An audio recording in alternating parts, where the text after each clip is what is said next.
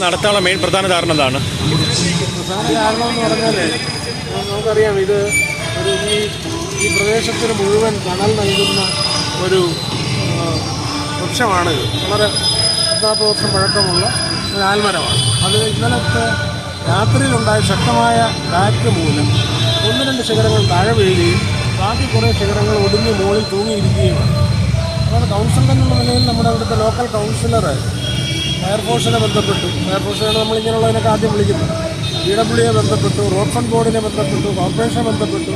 അധികാരികളുടെ ഭാഗത്തു നിന്നും യാതൊരു സ്റ്റെപ്പും എടുക്കുന്നില്ല. ഈ തൂങ്ങിക്കിടക്കുന്ന ശിഖരങ്ങൾ താഴെ വീണാൽ അത് ഓടുന്ന കാറുകളുടെ പുറത്തോ തൊട്ടടുത്തുള്ള ബിൽഡിങ്ങിൻ്റെ പുറത്തോ നടന്നു പോകുന്ന യാത്രക്കാരുടെ പുറത്തോ വീണ് വലിയ ദുരന്തം സംഭവിക്കാൻ സാധ്യതയുണ്ട്. അതുകൊണ്ടാണ് ഇന്നിവിടെ ഒരു ചെറിയ ഒരു സമരപരിപാടി പോലെ ഇവിടെ ഇരുന്നു. ഒരു മരം മുറിക്കാനുള്ള ഫണ്ട് സർക്കാരിൻ്റെ ഇല്ലെന്ന് പറയുന്നത് ഒരു നാണക്കേടല്ലേ? ആണ്. എന്ത് ചെയ്യാൻ ആരോട് പറയും? ഇത് ആരോടാണ് പറയുന്നത്? ആരും വിളിച്ചോ?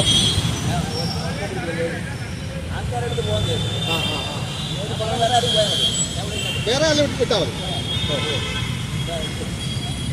ശാസ്ത്രമന്ത്രി കൗൺസിലറെ താങ്കൾ ഇങ്ങനെ ഒരു റോഡ് ഇരുന്നുകൊണ്ട് ഫിഷ് അയക്കാനുള്ള കാരണം എന്താണ്?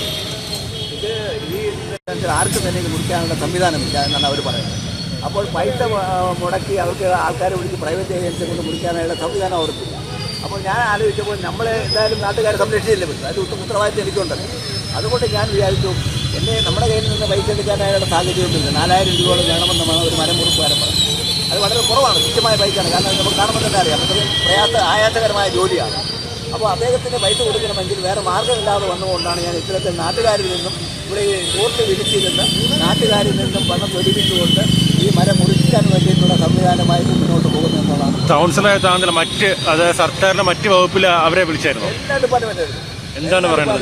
PW, road fund board, fire force, അതുപോലെ തന്നെ നഗരസഭ, ഡിസാസ്റ്റർ മാനേജ്മെൻറ്റ്, കളക്ടറേറ്റിൽ എല്ലാവരും വിളിച്ചു. ആരും തന്നെ ഇതുവരെ ഈ സമയം വരെ ഇന്നലെ രാത്രി 11 മണിക്ക് സംഭവമാണ്.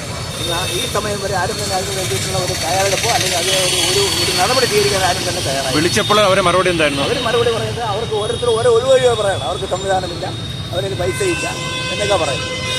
അപ്പോൾ അങ്ങനെയാണ് ഈ ഒരു പരിപാടിയുമായിട്ട് ഞാൻ മുന്നോട്ട് പോകുന്നത്. മരം മുറിക്കുക എന്നുള്ളതാണ് എൻ്റെ അത് തന്നെയാണ് ഞാൻ നാട്ടുകാരെ ഒക്കെ സ്വരൂപിച്ചുകൊണ്ട് ഈ പരിപാടിയുമായിട്ട് ഇന്നിവിടെ ഇരിക്കുന്നത്.